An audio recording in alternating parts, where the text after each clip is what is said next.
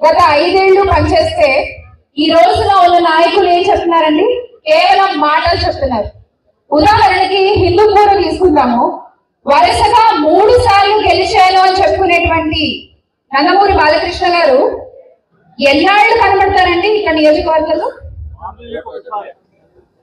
ఆ ఒక్కసారి కూడా ఏ ఓపెనింగ్ ఏదో ఉంటే రావడం, కాసేపు అలా మొహం చూపించి వెళ్ళిపోవడం. ఇక్కడ జరిగే సమస్యల గురించి ఆయనకి ఏం తెలుసు? ఇక్కడ జరుగుతున్న సంగతులు ఆయనకి ఏం తెలుసు? దాని మీద ఆయన ఎలాంటి బాధ్యత వహిస్తారు? అసలు ఒక ప్రభుత్వ డిగ్రీ కళాశాల హిందూపూర్, ఇది బోర్డు మాత్రమే కనబడుతున్న పరిస్థితి కొన్ని సంవత్సరాలుగా, అవునా కాదా? కాలేజ్ స్టార్ట్ అయిందా అండి? దయచేసి చెప్పాలి ఇప్పుడు ఉన్నవాళ్ళు ఎవరైనా. మొదలైందా ప్రభుత్వ డిగ్రీ కళాశాల ఏమన్నా మొదలైందా? కేవలం ఈ యొక్క బోర్డు మాత్రం కనబడుతోందంటే. మరి 3 సార్లు వరుసగా ఎమ్మెల్యేగా గెలిచారు.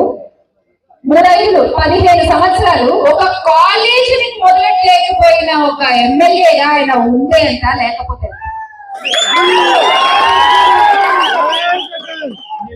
గత ఎన్నికల్లో చాలా గొప్పగా చెప్పుకుంటున్నారు, ఇన్ని స్థానాలు వచ్చాయి అన్ని స్థానాలు వచ్చాయని.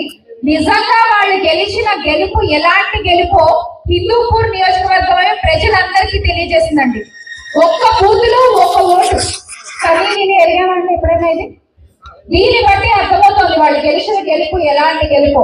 మీ నియోజకవర్గమే ప్రూవ్ చేసింది వాళ్ళు గెలిచిన గెలుపు ఇది అని రాష్ట్ర ప్రజలందరికీ కూడా. దాన్ని దృష్టిలో పెట్టుకుని ఇది ప్రజలు ఇచ్చిన తీర్పు కాదు, ఈరిగంట వల్ల గెలిచిన గెలుపు అని ప్రజలందరికీ కూడా మళ్ళీ మనం గుర్తు చేయాల్సిన పరిస్థితి. అలాగే ఇంకొక ప్రముఖ నాయకుడు ఉన్నారు. ఈయన ఎక్కడైనా కనబడితే కొంచెం చెప్పడం లేదు నాకు.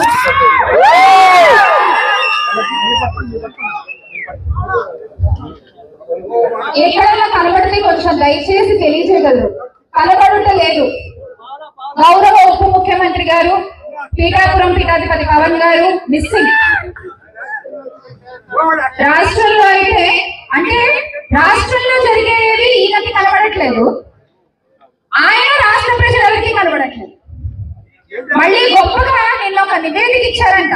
రాష్ట్రంలో మొత్తం ఈ సంవత్సరాల్లో వాళ్ళు చేసిన మంచి కార్యక్రమాలన్నీ నివేదికలు ఇచ్చి సమీక్షలు చేసుకున్నారట.